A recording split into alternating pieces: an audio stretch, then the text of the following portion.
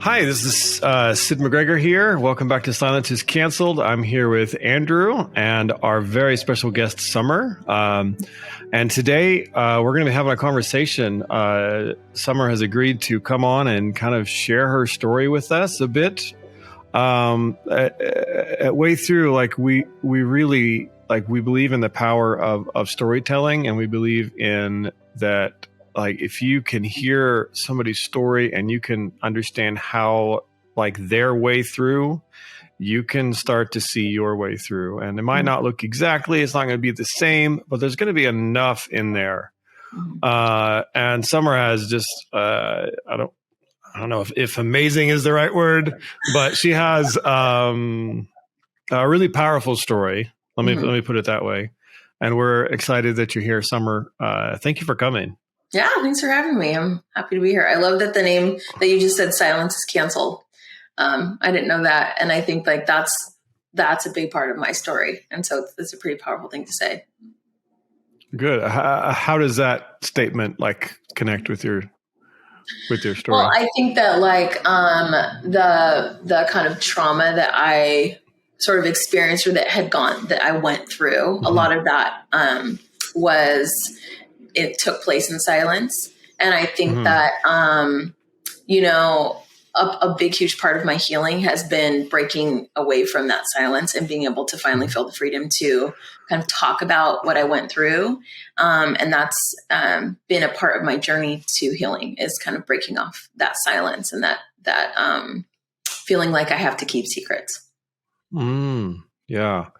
Well, so that our other listeners can know what you're talking about. So let's go back. A couple years and start wherever you think is the most natural place for your story. Yeah. Let's see. So a lot of it really kind of centers around. I can give the kind of ends where the story is going to end. My husband died by suicide a year and a half ago. And the process of understanding his mental illness and what was really going on there didn't really happen until after he passed away. And I was kind of shocked and surprised by his suicide. And so for me, in the process of therapy and beginning to talk about some of this stuff, it sort of uncovered pieces of the story that I didn't know were there until after the fact. So I think that's why a lot of times when I describe therapy, I describe it as sort of a light. And, you imagine when you're kind of going through life, and especially through trauma or grief, it's this dark room. And I imagine being in this museum and it's totally dark and there's this statue in front of me and I'm feeling it and walking around and trying to understand it, but I can't grasp what it is that I'm feeling or touching, or can't see this bigger picture and can't understand it. And I think for me, therapy has been turning the light on, and it's oh my God, that's what it was. That's what it is. And so that's sort of been, it's important to understand that he died by suicide, but then circle back. My husband and I we started dating in around 2008 and dated for several years.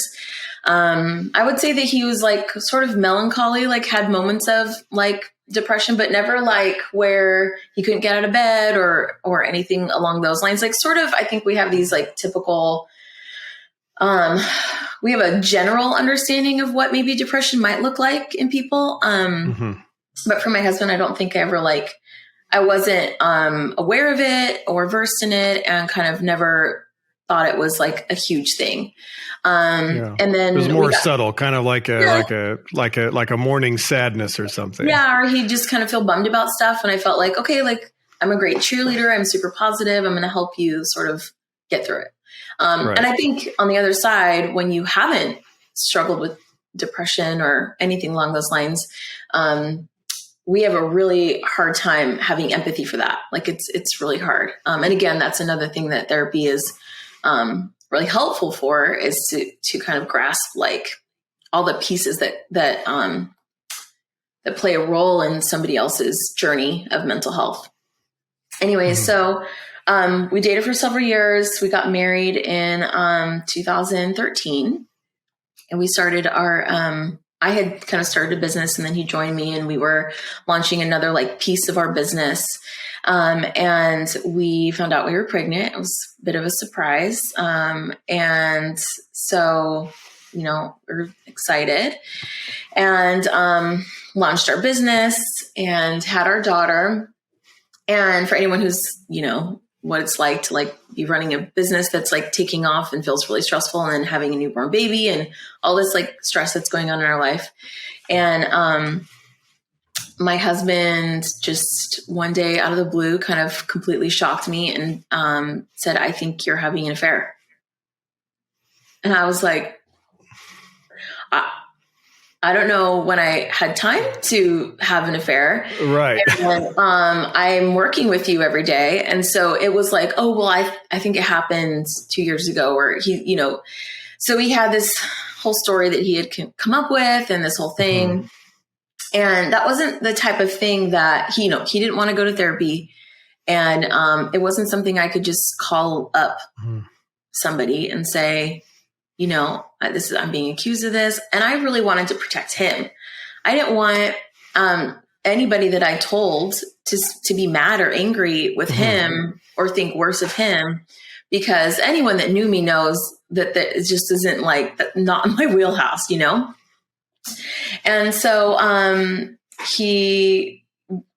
it just completely obliterated the trust in our marriage and everything that I thought that I knew about him and our marriage. And then this was sort of like the first sort of signs of something is not connecting. Right. And so like fast forward, after Brian passes away and I get into therapy and I start sharing kind of some of these details and stories. I think that you could, not that it's like an official diagnosis, but Brian had a lot of symptoms of borderline personality disorder. And when I go and read these kind of descriptions, I'm like, it's just crazy flashlight on what I went through and the amount of trauma that I walked through over the course of from the time that my daughter was born, that first accusation, until he passed away. Like, let's see, she was, 4 when he passed away. And so, so it was about Summer, 5 years. Can I ask a question?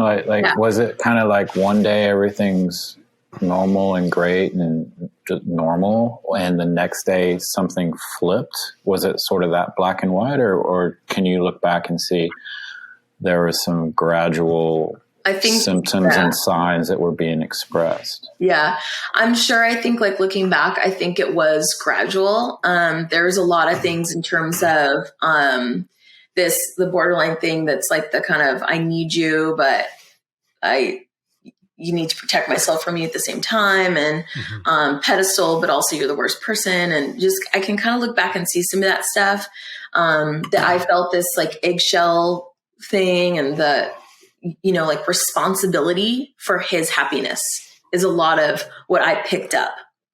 And it was this kind of weight and burden that I was carrying, that I was just always like, okay, like how is he today? How is it today? And it increased kind of, it was very much a roller coaster and it was always, the accusations would come, they'd be strong, they'd seem like they'd go away. Then he'd tell me, no, they're always there. And so the amount of trauma that I walked through in terms of like taking on that responsibility and feeling like this was my fault, that it was because of my character and who I was that gave him these like insecurities. And then it was always a different person that he was accusing me of. So it was never consistent. It was just like he was trying to, he would say like, find the truth and uncover the truth. And I know it's there. I just have to like figure it out. So it did increase. And I never thought that it was like a mental health issue. I went into therapy and had a few like sessions with someone who was able to give me insight in terms of continuing to trying to improve my marriage. But no one ever said, I think your husband is struggling with some significant mental health issues and this isn't you. So that's interesting to me, like, because it sounds like it was definite, even if it was gradual, it was definitely a change in your relationship. Yeah. But was there anyone that said, hey, like this feels out of character? You said his name was Brian, for Brian, this is out of character. This is different. Maybe there's something going on here that you or even he is not aware of. Nobody knew, literally. So no one could speak into Brian's character and say, this is out of character. Cause literally, no one knew what I did a couple of check-ins with like, my sister, and I was like, do you think that I like caused this problem or this, like, do you think that Brian would like come up with these, stories from stuff that had happened and would say like, you did this, you did that. That was so shady, or that was so, slutty, or, all this kind of stuff. So I remember checking in once with my sister and saying like, was I like that? Like, am I missing something on my end? And, she's like, no, I don't think that was your intention. I never saw that. I never picked up on that. So there were a few kind of reality checks that I kind of got from a few friends. But outside of that, I never had anyone saying, this isn't just a relationship problem. This is a mental health problem. Mm-hmm. And that was the big thing that I didn't really know until after the fact. Well, I would say like a few weeks before. All of a sudden it was like, it got way worse. And so pretty much up to almost that moment, your perspective was this is some sort of broken relationship somehow. Yeah. It felt like it was my fault. Other things in our past, like maybe things that I had done. It just felt like I had made a mistake that caused him to have these feelings, and we had to rebuild our trust. And I was always like, okay, like hopeful.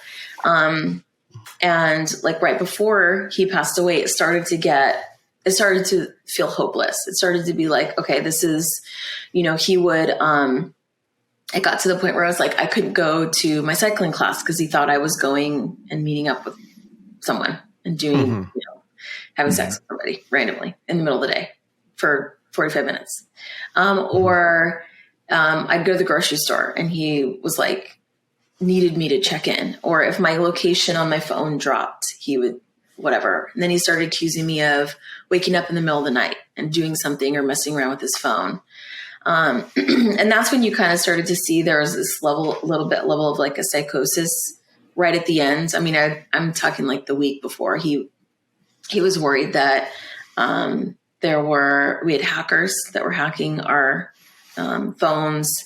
He was like a really smart guy. And he was like, oh, the way they do it is they like hack your T-Mobile account, and then they, can get your SIM card number, and then they can text you to get into your accounts. And it was just kind of all these things that he was afraid were happening that he sort of came up with. And he thought maybe I was like, maybe being like blackmailed by the mafia. That's when it got to the point where I was like, okay, this isn't just insecurity that I've created. Yeah. Something is wrong. Something is deeply wrong. Yeah.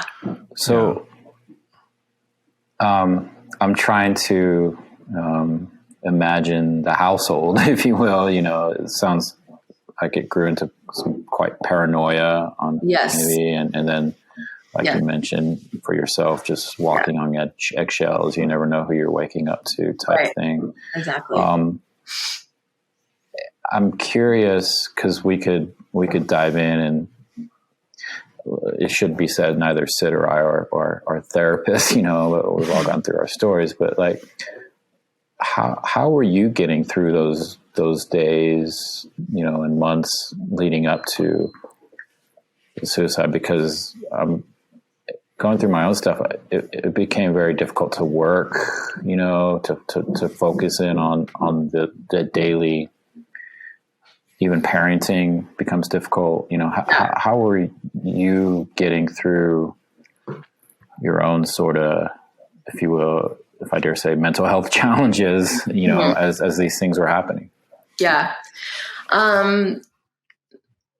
I mean, I think we were very lucky to have a business, like running our own business, and had a team that was like helping us out.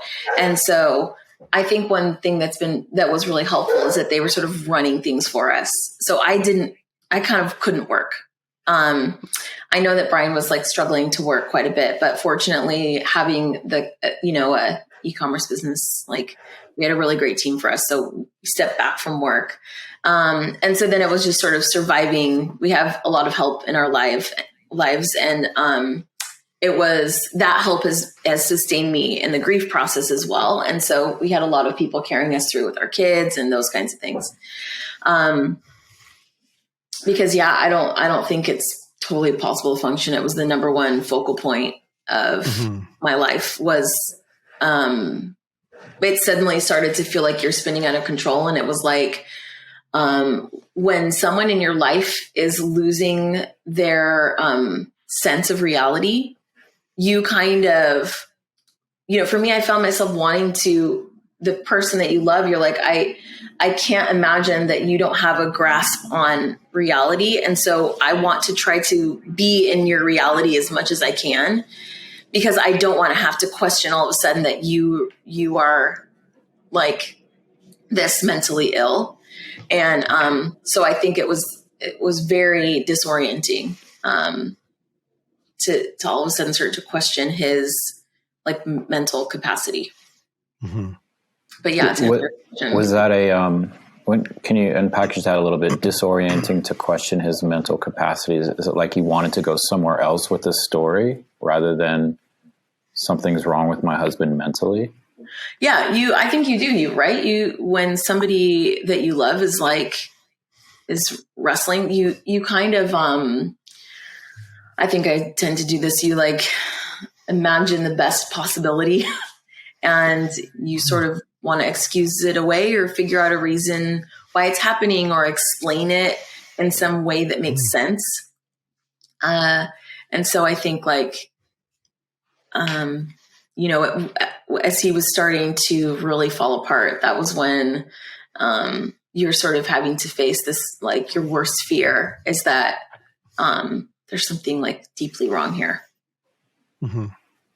But we kind of run from that, right? Like if I don't have anyone speaking that into me and saying, again, because it was this secretive thing that nobody knew.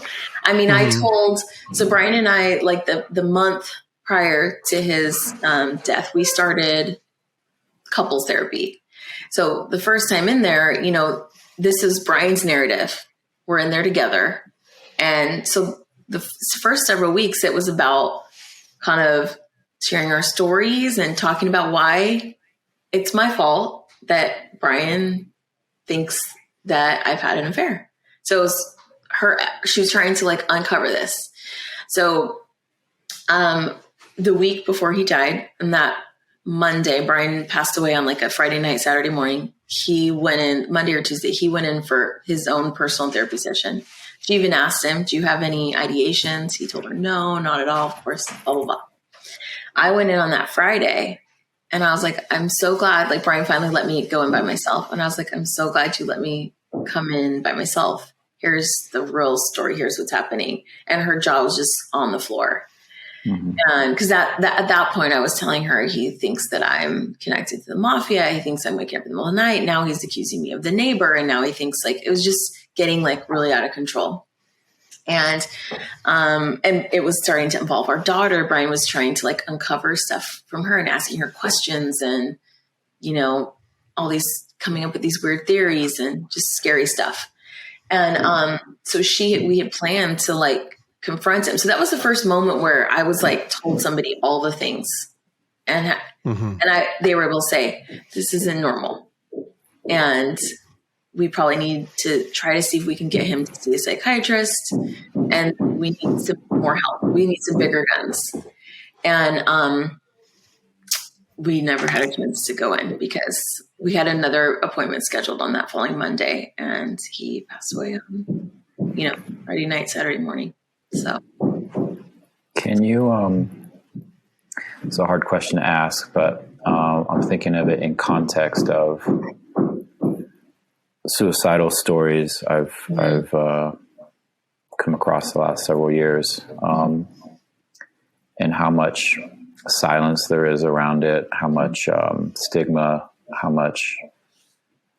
I mean, it's even difficult at the services, right? The funeral services, because it's like people kind of know, but no one wants to say it and whatnot. But as much as you're comfortable, can you share about that weekend and in the days after and I mean, all this leading up to this obvious fact that your husband needed some help, which in and of itself is not a bad thing. Yeah. But yeah, what can you, as much as you want to or not want to, please. Totally. Yeah. So basically that evening, like that last day with him, like I had come home from therapy, picked up my daughter from school. It was Valentine's Day. I had a Valentine's Day gift for him and he didn't have anything for me, which, normal dudes, that's how. Oh, come on. Valentine's Day was kind of lame. It's all right. So, anyway, so he was like, I'll cook you guys dinner. And he had accused me of something new, this whole mafia thing. And he told me, Ellington's our daughter. Ellington told me something new today. And I was like, okay, well, we have decided together, because he made me promise this, that we wouldn't have secrets and all this kind of stuff. And she's getting thrown in the middle. So, I mean, I was, mad at him. I'm like, you need to tell me what she told you and what she talked about, like whatever. And he wouldn't tell me. And so I was mad. I was like, I've hit my max limit here. This is incredibly frustrating. All that kind of stuff. So he was kind of trying to make me feel better. So he's making us dinner and he wrote me this letter when she knew I loved letters. I have 2 letters from him, one on our wedding day and one the day before he died. And it wasn't a suicide letter. It was just like, I love you. I'm sorry things have been hard. You guys mean the world to me. I want to make it better and work towards, everything being better or something, along those lines. Mm-hmm. And I just couldn't look at him. And I knew I was going to, after we got the kids down, have to come downstairs and confront him and have this conversation. And, when you're having a conversation with someone who's living in paranoia and not in reality, it starts to feel really scary and kind of pointless. And I was dreading it. Mm-hmm. So we go to put the kids down. Brian puts our daughter to bed and comes in and kisses my son goodnight. Still doing that wife mad at you thing that we do. Mm-hmm. And he puts her down and I finished putting my son to bed and came downstairs and Brian was not there. And so I was like, that's strange. I kind of go around looking for him and went outside and I noticed that we had this old Tahoe, that it was gone. And so I called him right away. I was like, hey, where'd you go? And he's like, I'm on a drive. I went for a drive, which isn't totally normal, Brian, but sometimes Brian was this awesome poker player and he'd go out to one of the little local e-commerce, wherever, City of Industry. He'd go play at one of those casinos and just blow off some steam or whatever. So I was like, okay. So I FaceTimed him a couple times and chatted and all that kind of stuff. And he was just, you could tell he was angry and upset and mad and sort of defensive, I did all this stuff and didn't marry you and whatever. And I was like, I love you, come home. We'll talk about it. Let's work it out, whatever. And he was like, I can't come home. It's not safe. And he was like, they're hacking our stuff. The hackers are there. I think they're listening. They're going to frame me for something. Brian was really afraid that he was going to get framed by these hackers. Mm-hmm. And I kept saying because what can they take from us? We have each other. We have our kids. We're safe. We have our home. There's nothing that anybody can hack and take away from us. It's not like they're going to leak information about you and you're the president of the United States or something. We're, Mm-hmm. And so he just needed a drive. And I checked in with him a few times and finally went to bed, I think around, I don't know, midnight-ish. His phone stopped responding. I remember saying, I love you. And he said, I love you too. And I told him, thanks for the letter. And he said, you didn't care. And I was like, I did care. It meant so much to me. I'm sorry that I'm frustrated. Like, and again, this is like 5 years of this type of trauma. Mm-hmm. And I said, and I asked him, I said, come home, promise me you're going to come home. The kids need you. And I told him I left the water by your bed and I opened my window so I could hear him when he got home. And I woke up that morning at 6 a.m, which I never do. And I was like, because he wasn't home. He hadn't come home. And my daughter, for some reason, came in and checked in with me. And I told her everything's okay and told her to go back to bed. And that was when the silence, I was like, okay, done.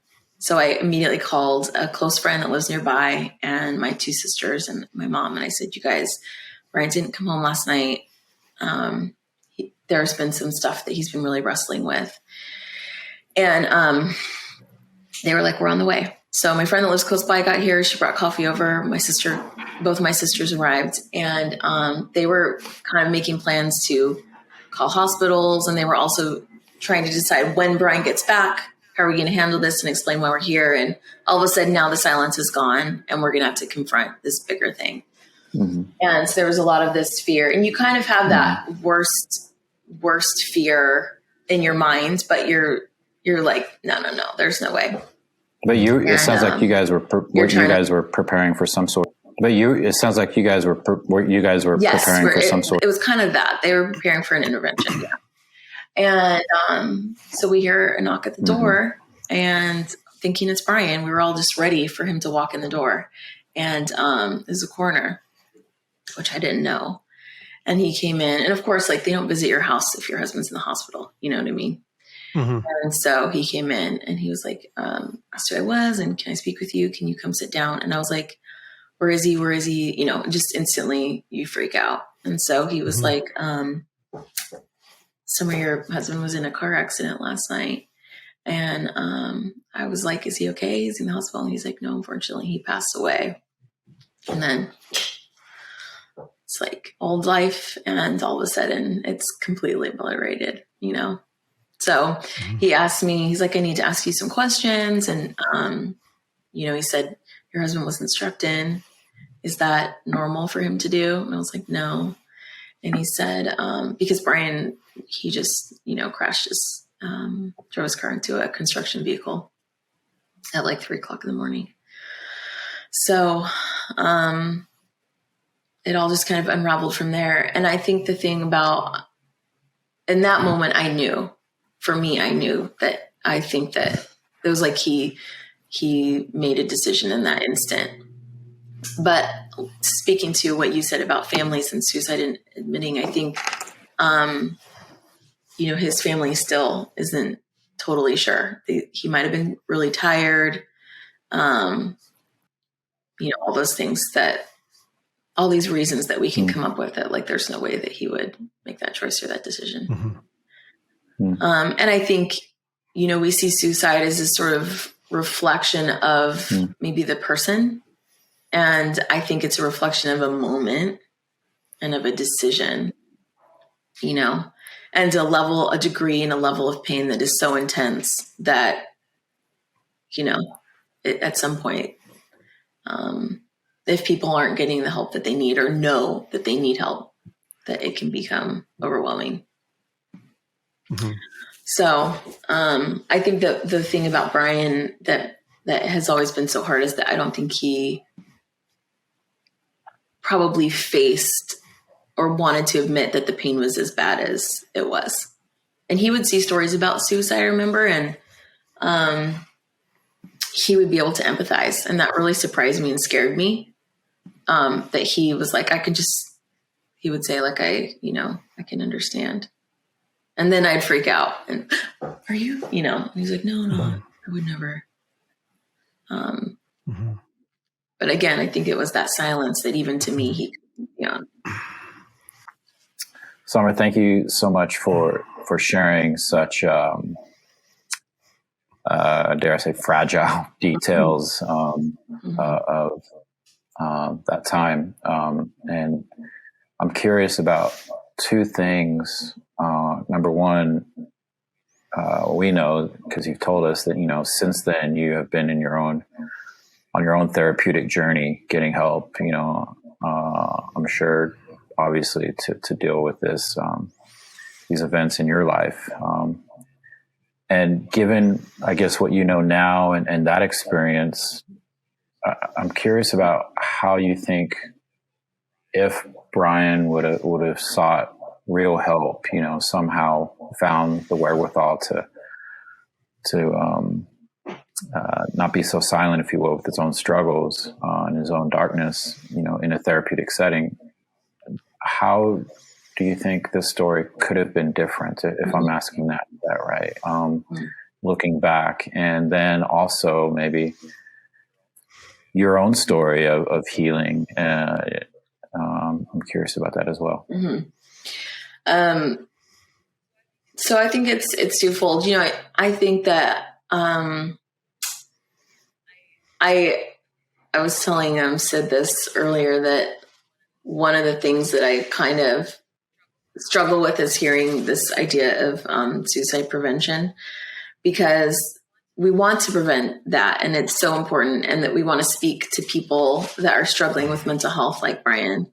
I think the part that was so hard about my story with him is that it felt like it was my responsibility, and I feel like I failed him. When I hear suicide prevention, I feel a lot of like shame and guilt that I made a mistake, that I didn't know, that I didn't hear about that enough, that I wasn't proactive enough. And there's no way I could have been aware of what was going on and where our story would have gone, and what Brian's like, the level of darkness and what it would lead him to, or how much he was struggling and how much he wanted to be free of that struggle. There's no way I could have known that. But it still like feels like, oh, if I had been, if I had done something more, if I had, and I really tried to encourage him and push him to get into therapy, and he was really unwilling. So I think it's a twofold. If I were to tell you for Brian, one is that therapy isn't weakness, it's strength. Choosing to seek out therapy takes so much effort and so much like kind of compassion for yourself, and it does require a level of strength that I don't know that Brian like really had. And so that's the perspective of it. And then I also think that for Brian, there was probably an amount of trauma that like took place that needed to be addressed way sooner than the age of 38 when he passed away, Mm-hmm. And so I think getting comfortable with the idea of seeking out therapy much sooner. I don't know. That's an interesting, like, we've thought about that a lot in our own messaging, is how do we, for lack of a better term, how do we reach people at younger ages, before they even recognize there's a problem? Exactly. Exactly. Like, I don't need therapy, everything feels great. And then as life goes on, things percolate and yeah, it's a challenge. And it's not even, I think sometimes we think about therapy as this kind of broken car that we need to like put back together, versus like, I just need an oil change. Like if we just keep up on these oil changes on a regular basis, like, it's, your car's going to run way better than you wait till the engine blows and we have to completely replace the engine, So like, why don't we see therapy from the same perspective? That it's like, we're, like all of us are seeking it out and pursuing it and saying like, here's some stuff that feels hard and heavy right now. And like, how do I walk through this? And like, how do I, and even so, like, how do I live out an empowered life? Like, and I think all of us, there's room for like continued growth and continued improvement. Like I never not want to be in therapy. Because it's been so powerful for me. And so, has that been an evolution in your life? Like that, these perspectives that you're bringing, I mean, we're we're speaking post hugely, one of life's most traumatic events, to lose your husband and the father of your kids and to this way. Has this been an evolution of thought for you as well? Yeah, I think once you're in therapy and you've okay, I'm going, this, I have to have this now. There's no way forward for me. And to sit in therapy and to kind of wrap yourself in that grace and that humility and to allow it to be okay. And to walk in it. And then all of a sudden to recognize oh my gosh, this is so life-changing that I wish everybody could experience this. So it wasn't until I walked through it and in it that I was everybody should get therapy. You get therapy, you get therapy. So, that's why to me, I feel and here's the thing is that in the midst of this kind of journey of healing that has been so overwhelming and so life-changing for me in terms of growth and understanding, because I think I would still be walking in that shame and that trauma and that responsibility, that yoke, I think would still be there if it wasn't for therapy. And, but I'll oftentimes sit there and feel so overwhelmed with kind of gratitude. How is it that I get to be here and there are so many other people that don't have the resources or the access to be able to sit in this same place and to get this same help, and so that's been something that I've just been really kind of overwhelmed by is how do people get through this without therapy? You know what I mean? I do, because of my own sort of journey of going through my own breakdown and getting help and treatments and being on the precipice of contemplating some catastrophic decisions for myself and my loved ones, and having come through some of that, recognizing, wow, if I didn't have all that equity in my home, if I didn't have, the resources I had to pay for this access, would I even be here? And how many other people are going through really difficult times and moments, and even if they don't ultimately end up, in a suicidal state, just the ongoing depression and struggle and things that people go through, that, life can be hard, but there's so many people that don't have, as you just mentioned, the access to just, and sometimes it's stigma because they think it's weakness. And so that prevents them. Many times it's just the hoops to jump through with insurance and whatnot. And other times it's just pure economics. They simply cannot afford it. And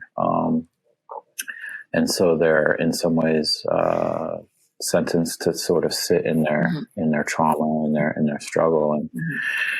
And, so yeah, I know exactly what you mean. I'm going to ask sort of an obvious question here, but with therapy, I'm sure life is easy now, right? So easy. Tell us, if you will, that process for you. And therapy in itself, there's work to do, but you strike me as a very positive, very upbeat person. It's just been a year and a half though. What kind of work have you put in to come to this place of being able to tell the story and live a positive life? Yeah. Specific to therapy, obviously it's showing up every week and doing the hard work and digging in there and reading all the books and, just doing all the things. And I think digging into, for me, what my journey in my faith has done for me and seeing that, God walks with us in the midst of the hard stuff, that he doesn't prevent it. One thing that it's kind of walking into and through the grief rather than trying to avoid it and go around it. And, it's funny because I felt okay and prepared and comfortable and ready to grieve my husband. But now as I face this journey of aloneness, and that's the one that I'm trying to avoid. I don't want to walk into. So there's always like something that you're wrestling with. I think that community has been a big part of it. And again, like what we were talking about was the silence is able to be gone. So I think after a year and a half, I've gotten so comfortable telling people my story and sharing it, and feeling passionate about mental health and really having a heart for other widows that have had to walk through grief. And I think, like I said, my situation has been so just like, I don't feel, not that it's a deserving thing, but gosh, like how I've been carried with the financial aspect, and people around me and community has just really walked me through. And I know there's a lot of other women that don't have as much of that available to them. And so it just kind of gives me a heart for these women that are going through that.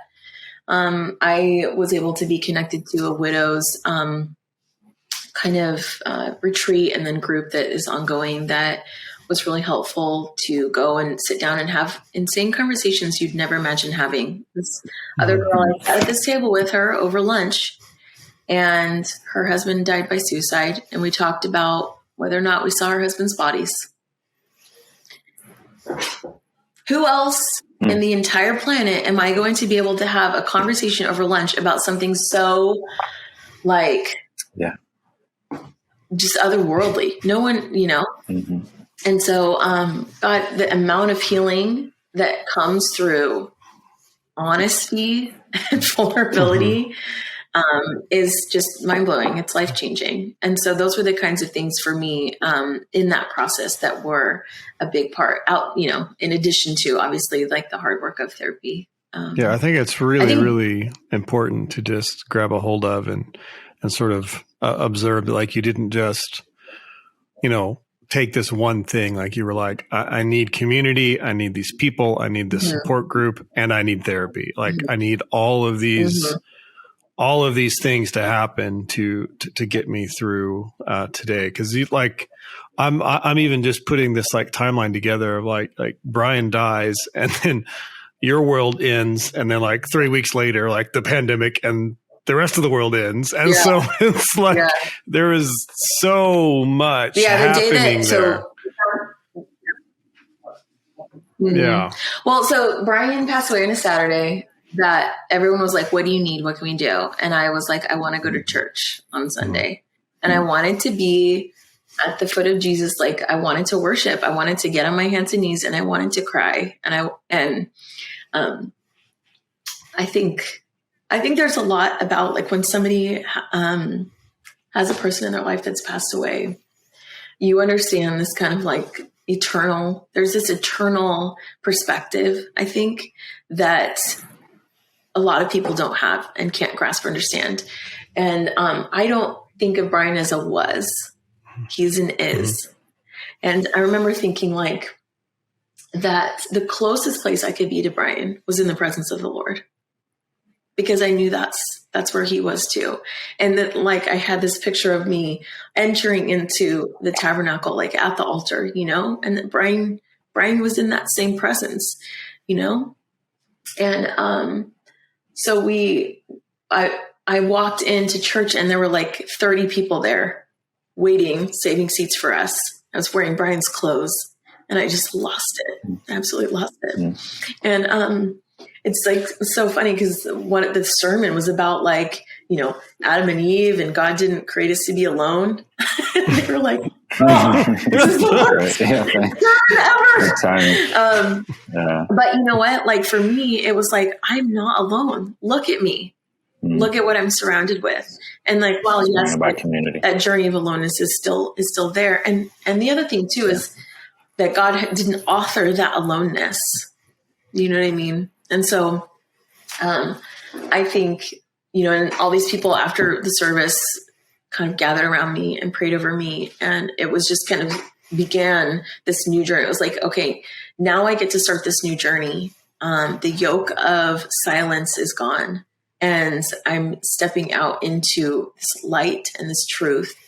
And I remember I told Sid that the day that Brian died, my family was all with me, and we were sitting in this room, and we called a friend of my sister's who's like a trauma therapist. And I was like, what do we do?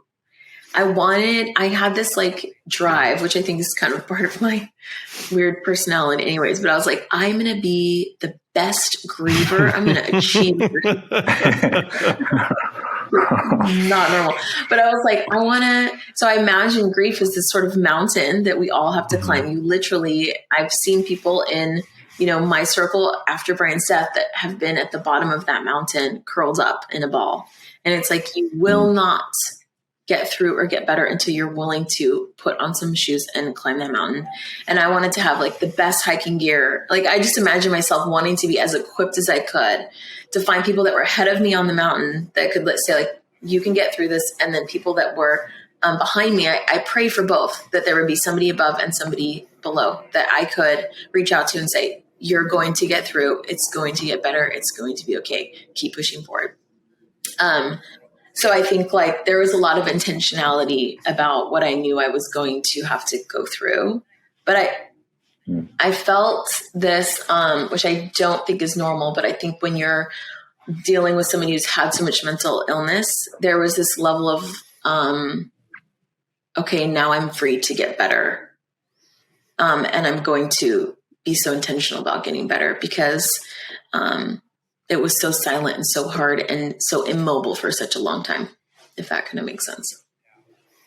Yeah, I was going to ask sort of a tricky question. A close friend of mine passed away by suicide almost 3 years ago, and certainly wasn't a spouse, but close friend. And knowing his story and knowing what there was, I felt bad about this, but there was a sense that I had a relief for him. Mm-hmm. And I'm just wondering if that was part of your, I won't say reaction, but process of, okay, I knew my husband was struggling. Was there any sort of relief? And then was there guilt with that relief or a feeling of guilt? Yeah. I think, you spend a lot of time in therapy, like particularly with suicide, dealing with these kind of like mixed emotions because you're relieved of a lot of struggle, a lot of negative emotion, a lot of burden and pressure to make him feel better. And a lot of hopelessness was gone because it got to this point of like, I don't see how this can get better. It felt very hopeless. And so I think that and then you instantly, after you have that reaction, then you feel bad about it. Because you're like, I still would have walked him through that journey. I would have wanted to be there for him. I didn't want this to be the story that my children were going to have. And so we can't imagine or can't know what the future held. But for sure, those, suicide is always going to have that because to get to that point, they're really strong. Yeah, I'm thinking here, first of all, to your point, with the analogy of the mountain stuff, the only way through is what we say here at Way Thru organization. They can't go around it, under it, whatever. And it sounds like you're tackling your trauma, your crises. Is all right. I'm gonna, like you said, you're gonna be the world-class griever. I'm gonna be the best one out there. But there's also like we're gonna launch a campaign here soon. And it just strikes me like the name of the campaign is You Matter, and we're not ready for it yet. But I want to maybe reiterate or recognize that Brian mattered. And his loss is it's felt. It's felt for you, for your two right children who and for any community that he had, and anyone out there who is struggling with the ideation, the ideas, the thought, like maybe it would be better off that I'm not here. I think we just collectively want to say, hey, you matter. You matter to us, even from a distance, but you matter to people close to you, and somehow hold on to that enough to then, okay, these thoughts, these feelings, whatever my body's doing is off. Yeah. And I need to reach out, and to reach out is a very courageous act. Yeah. Awesome. I think it's the most courageous thing, is to choose to try to get better. Well, I'm struck, Summer, by your courage, not only in the choice to get better, but then to tell your story so openly to two strange dudes here on this podcast. And part of my therapy. I appreciate you being here. Free therapy. Woo! Yeah, that takes courage as well. And as someone who tells my own story sort of actively as well, people are like, oh, that must become so easy for you. I'm like, not really, but it's needed. And so I just want to express gratitude and as much empathy as I can to your story and to you doing that. And I don't know, I think there's probably more story to be told that I'd love to capture as well. So down the road. Awesome. Yeah. Thanks for having me. Summer, thank you so much for joining us. It's been good to hear your insights and your perspective on how you got here today. And I think all of the things that we tried to do at Way Thru, like you did them. Yeah. Like the only way through is through, and the only way through is together. And you've did it together with so many people. You did it with your therapist. Absolutely. You did it with your community. You entered into that, grief sort of intentionally and purposefully. And we're like, I'm just let's do this. Like, I have to do it. I can either avoid it for 20 years or I can go through it now. And, and I think that's really powerful. And, I think for anybody, who is, unfortunately in your position now, who might be listening to this, I think your story will help them, see that there are things that they can do, and that there is sort of a path forward, no matter which sort of side of that story that they're on. So thank you for sharing and being sort of brutally transparent with that. Yeah. Can we give you sort of the last word here, Summer? What would you like to say to someone out there who might be? Yeah. I would say, I think the big thing is kind of the first step is letting go of the silence. So even if it's just one person that you share, and as you begin to do that and get more comfortable with that, that can open doors to options, whether it's through like an organization, but like Way Thru, where you're trying to connect people that need help with good therapists, or whatever it is. I think like just continuing to not allow silence to be the thing that keeps you kind of chained in. So I think that's the smallest step is speaking out. So, yeah. Excellent. Yeah. Thank you, Summer. And thank you all for listening.